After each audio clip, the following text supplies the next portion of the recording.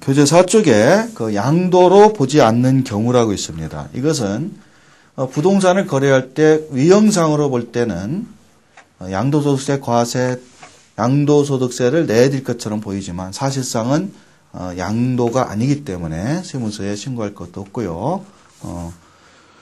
또 하나의 경우는 거꾸로 겉으로 볼 때는 매매인 것처럼 보이지만 이것은 세금을 줄이기 위해서 매매 행위를 한 것처럼 탈루를 냈다.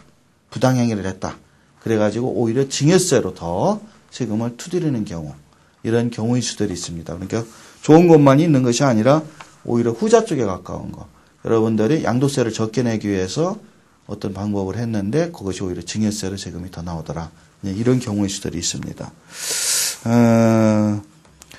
교재 4쪽에 그 환지처분, 채비지 충당 이런 얘기가 있는데요. 이 환지처분이나 채비지 충당 같은 경우는 그 위형상으로 보기에는 부동산이 소유권이 이전이 되면서 그 땅에서 발생되는 얘기인데 토지에서 면적이 적어지기도 하고 늘어나기도 하고 이러는 것들입니다. 근데 이런 것들은 그렇게 개인이 하는 것이 아니고 도시개발법입니다. 대개 도시개발법에 의한 도시개발 사업. 그 환지처분이라는 4페이지에 보면은 그 농어촌 정비법에 의한 농업 생산 기반 정비 사업. 이와 같이 법률에 의해서 하는 것들이에요. 그래서 이와 같이 법으로 정해놓은 이러한 사업에 의해서 그래서 제3번에 환지가 수반되는 사업의 종류를 쭉 적어놨는데요. 도시개발법, 또 도시 및 주거환경 정비법, 도정법이라고 그러죠. 또 농어촌 정비법, 또 중소기업의 구조 개선 이래가지고 말하기는 특조법, 재래시장 재건축사업법 이런 식으로 법으로 이렇게 정해놓은 것들이 있어요. 이런 법률에 의해서 본인의 토지가 원래 100평이었는데 100평방미터였는데 환지가 돼가지고 120평방미터가 됐다 늘어나기도 하고 또 90평방미터 줄어들기도 하고 이럴 때 토지 면적이 바뀌면 소유권 변동이 됩니다. 소유권에서 면적이 바뀌기 때문에 그 부분들이 왔다 갔다 하죠. 이런 부분들은 위형상으로는 매매로 보이지만 사실은 매매가 아니고 그 사업을 위해서 땅이 넓어졌다 작아진 거기 때문에 양도소득세 신고납부 의무가 없다. 즉 원천적으로 양도가 아니다. 이렇게 본다는 얘기로 이해를 하시면 되겠습니다. 채비지도 관련된 내용이 마찬가지고요. 법률에 의해서 땅을 증여하는 행위니까. 다음에 5페이지에 양도 담보자산으로 소유권이 이전되는 경우. 저도 국세청 생활을 한 10년 하고 이 부동산 조세에 대해서만 전체 합치면 한 20년 이상 했습니다만은 보지는 못했습니다. 실제에서. 양도담보란 담보를 목적으로 소유권을 이전하는 것이다.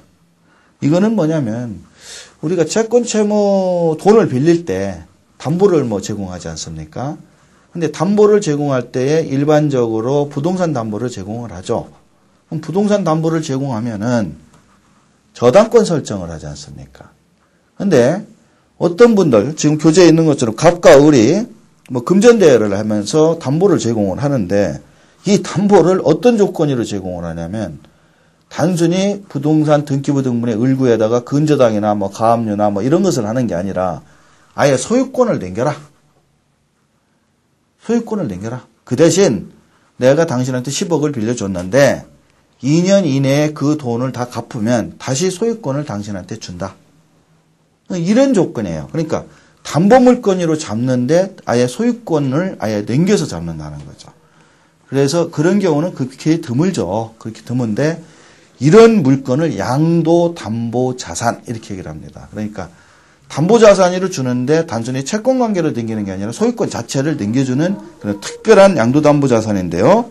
이런 경우에는 등기부 등본에 표시가 됩니다. 양도담보자산이라고. 그래서 등기는 양도이나 실질적으로는 담보물건의 이전이기 때문에 이거는 양도소득세를 과세하지 않습니다. 그래서 이런 경우에는 그 양도담보계약서하고 그 다음에 가만히 있으면 세무서에서 세금이 나와요. 과세를 합니다. 왜냐하면 등기부 등본만 보고 소유권이 넘어갔다고 해서 양도세 과세를 하니까 양도담보계약서하고 관련 서류들을 다 붙여가지고 세무서에다가 이런 사유로 넘긴 겁니다 하고 신고를 하셔야 됩니다. 그러면 세무서에서 확인을 해보고 담보물건으로 넘어간 소유권 이전이라면은 이거는 세금을 매겨서는 안 되겠다 하고 과세를 하지 않도록 되어 있습니다. 그런 경우고요. 명의신탁 해지에 대해서도 많이 그 실무에서 나타나는데 사실 명의신탁 해지라는 것은 95년 7월 달에 부동산 그 실권리자 명의 등에 관한 법률이 시행이 됐죠. 그래서 이게 시행되면서 지금은 95년 7월 이후에는 명의신탁이라는 것이 불법행위로 되어 있습니다. 근데 그 이전에는 명의신탁이 합법했기 때문에 일반적으로 자기가 지방에 있는 농지나 또 선산 땅이나 또 서울로 올라오면서 관리하기 어려운 토지 같은 경우는 친척들한테 명의신탁을 많이 해놓고 왔어요. 근데 그 당시에는 그런 땅값이 얼마 안 되기 때문에 큰 문제가 없었습니다만은 이것이 지금처럼 토지의 수요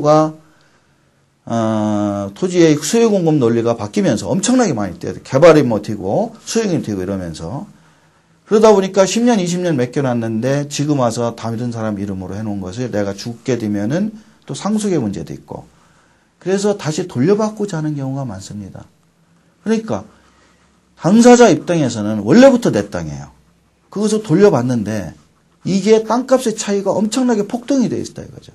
그래서 매매로 돌려받으면은 양도소득세 문제가 생기는데 맡겨놓은 사람 이름의 양도소득세를 그 사람이 나 명의신탁한 거예요. 이래버리면 문제가 생기니까 세금을 다 내주고 돌려와야 되겠죠.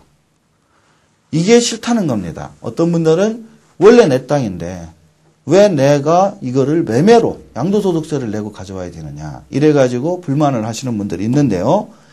이 명의신탁을 해지로 가겠다. 내가 원래 맡겼던 내 땅이니까 신탁했던 걸 해지한 걸로 하자. 법률적으로. 그러면 실질과세 원칙에 의해서 양도소득세를 과세 안 할 수도 있습니다. 원래 당신의 자산이니까 가져갔다. 그런데 지금 이런 경우에 읽어보면 수탁자 명의로 등기하고 있던 부동산이 재판 절차 등에 의하여 신탁자산임이 확인되어 신탁 해지를 원인으로 원상 회복되는 것은 증여세나 양도소득세가 과세되지 않는다. 이 말만 보고 재판 절차를 거쳐서 원래 내 땅이었던 걸 입증하고 다시 내 땅이니까 가져오겠습니다 하고 가져올 수 있어요. 그럼 국세청에서는 세금을 양도세나 증여세를 매길 수가 없습니다. 실질과세 원칙이니까. 근데 문제가 있죠. 부동산 실권리자 법률에 위반된 거죠. 그러면 이 법에 의한 과태료를 내셔야 됩니다.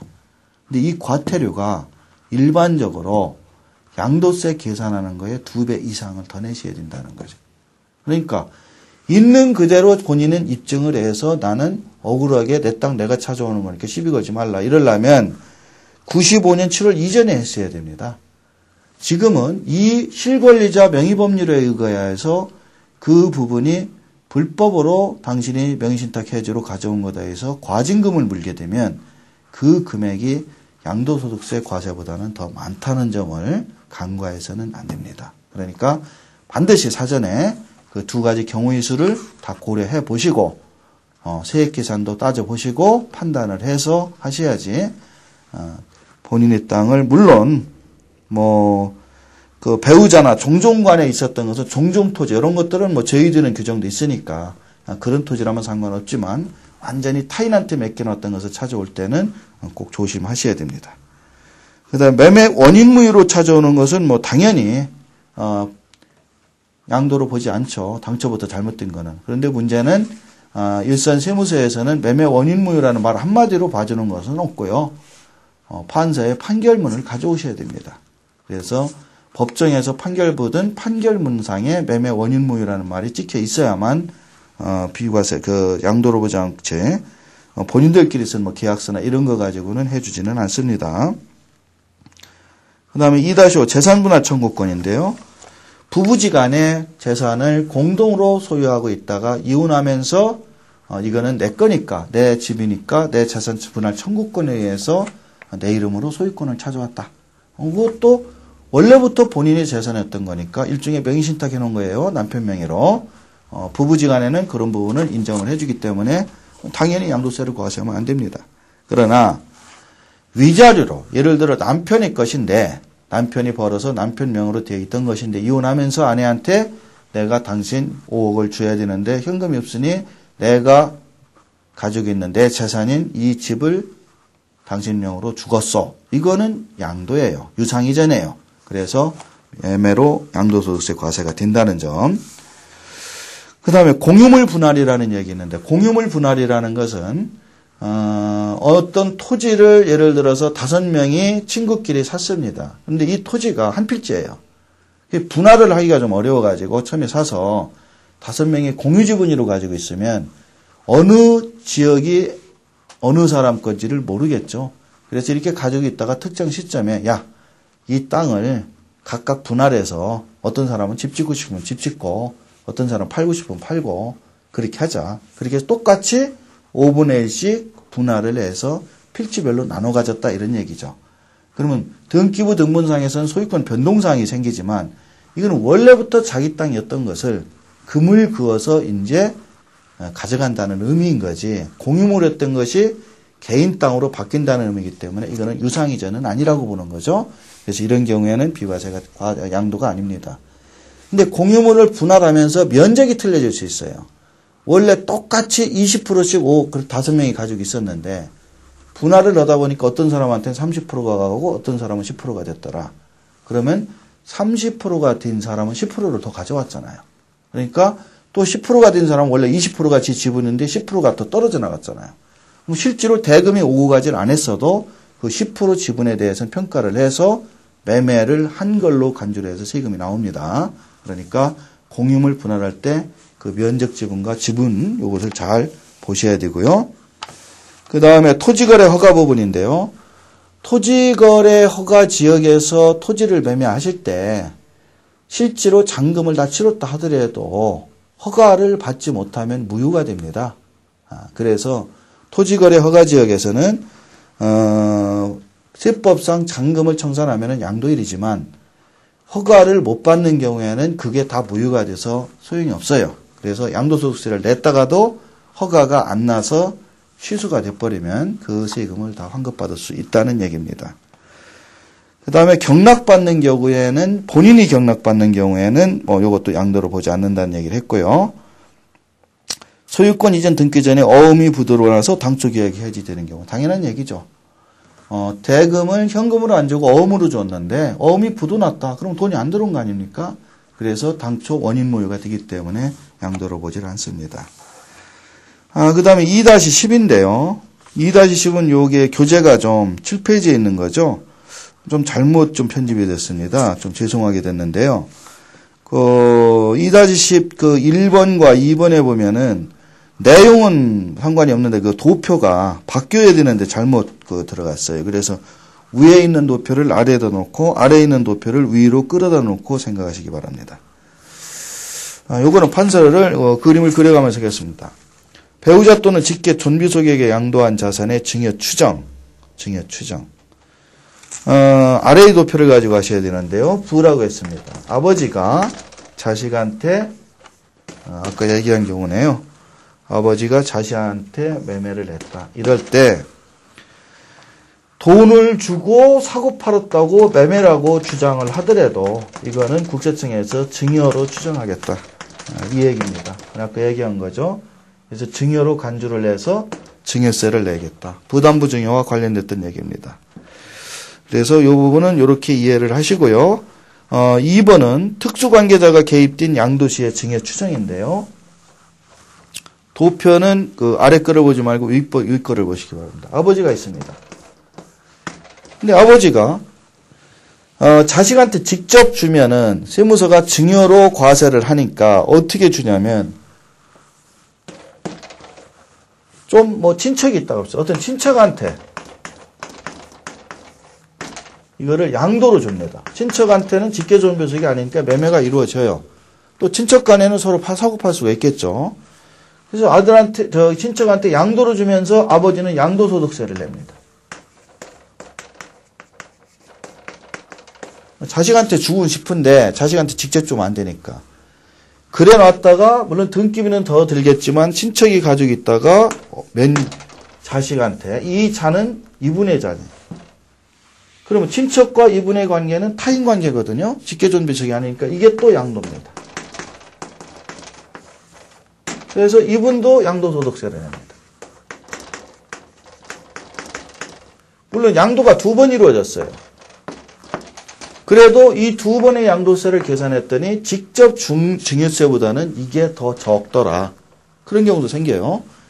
등기를 한 번, 두 번 쳤지만 직접 주는 한 번의 증여등기보다 등기비는 두 번 나갔지만 양도세 두 번 내고 등기비 두 번 내더라도 이게 훨씬 나한테 유리하더라. 그러면은 이런 식으로 삼자를 통해서 줄 수가 있다는 거죠, 자녀한테.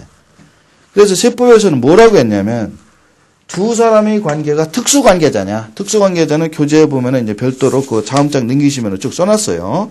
그래서 그런 관계냐. 상당히 범위가 넓습니다. 그래서 두 사람의 관계가 어떤 특수관계냐를 우선 따집니다. 그래서 교재 그 8쪽에 있는 특수관계의 범위에 든다면 이거를 무조건 어떻게 따지느냐면 이 받은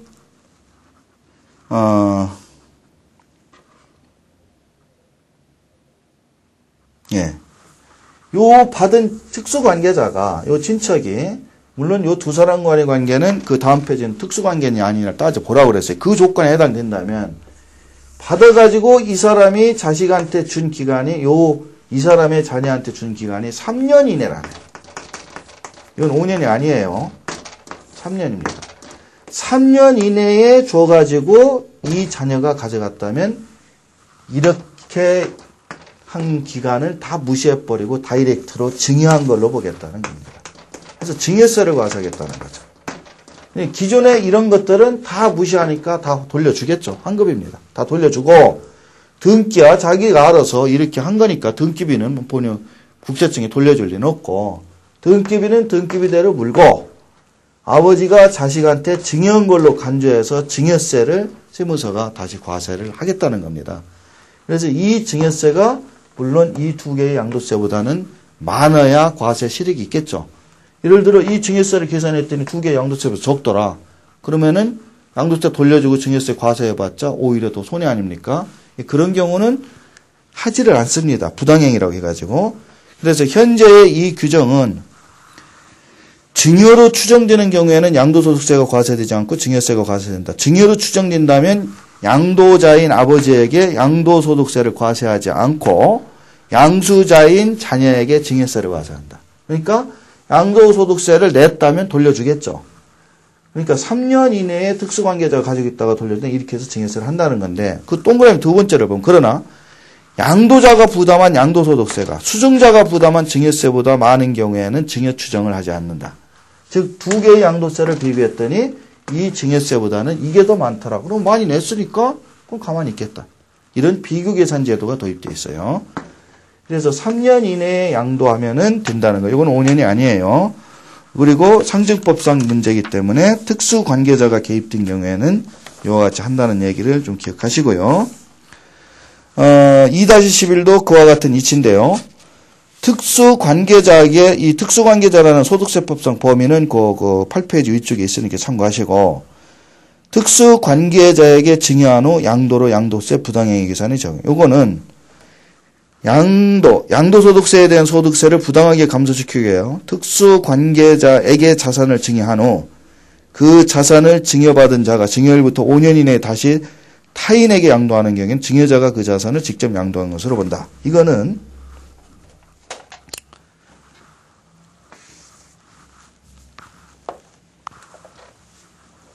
조금 요거는 기간이 5년이라는 게 차이가 나니까 구분하셔야 됩니다.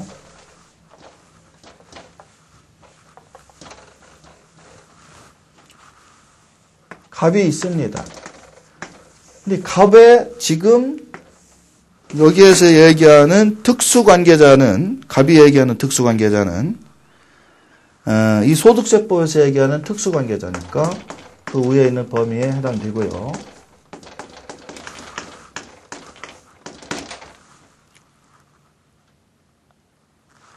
자, 특수관계자한테 넘어가는 경우는 양도로 넘긴다 하더라도 양도소득세를 안 내고 이분이 특수관계자한테 넘기면서 증여로 신고를 해요.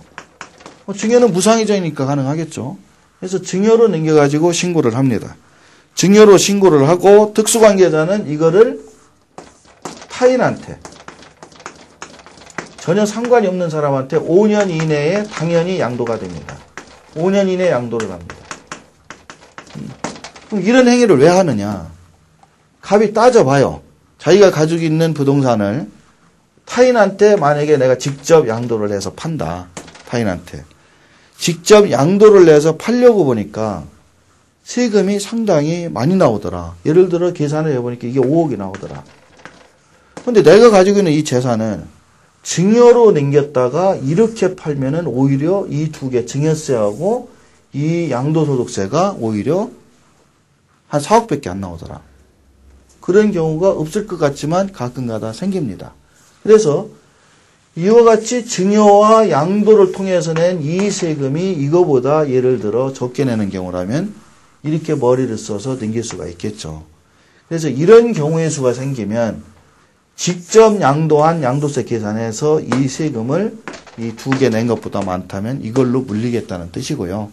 이것도 마찬가지로 이 세금이 이거보다 작으면 그런 경우는 위에 증여나 증여세와 양도세 거둔 걸로 넘어가겠다. 이런 얘기가 되겠습니다. 그 다음 2-12는 배우자 직계존비속의 얘기인데요.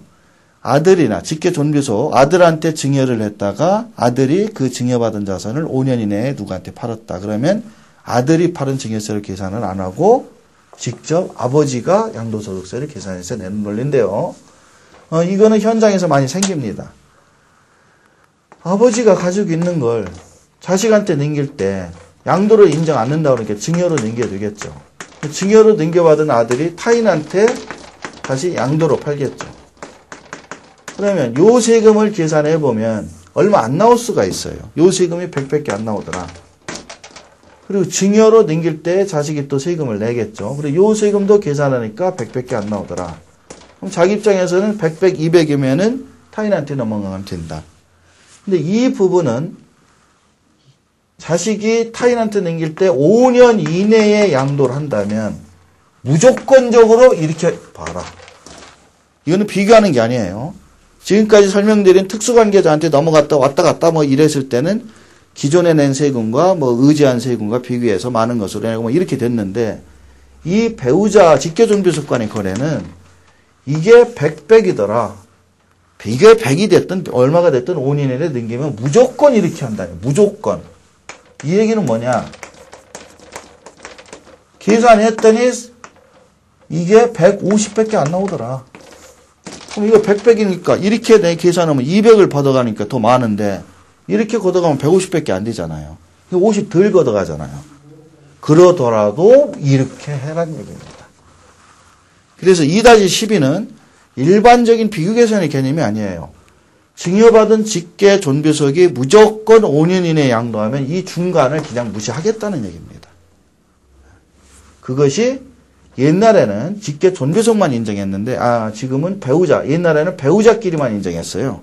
남편과 아내, 아내와 남편. 그런데 지금 재작년부터는 직계존비속도 이 안에 들어갑니다. 그래서 직계존비속이나 배우자 간의 관계는 5년 이내에 양도하면 중간을 그냥 무조건 무시하고 이 세금이 많든 적든 이걸로 과세합니다. 이걸 뭐라고 그래요? 점프해서 과세하니까 2월 과세다. 2월 과세다. 그래서 이걸 2월 과세라고 얘기를 합니다. 그러니까 중간에 납부한 증여 당시 납부한 증여세 상당액은 환급은 해주진 않고 필요경비로 공제를 합니다. 필요경비로 공제를 해요. 이 부분은.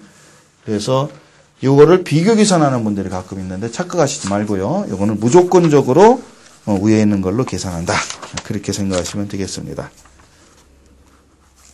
이와 같이 양도소득세의 양도를 정의할 때 우리가 세금을 계산하기 이전에 부동산 거래 행태에 대해서 이거는 양도다, 이거는 양도가 아니다. 특히 제3자를 우위해가지고 세금을 절세하려고 우리가 이렇게 전략을 짜시는 분들이 가끔 있는데 특수관계인의 범위에 해당된다든지 이런 경우에는 또 연수, 보유기간을 받아서 몇 년 이내에 파느냐에 따라서 비교계산하는 제도들이 많이 있으니까 그런 부분들을 미리미리 조심하셔야 됩니다.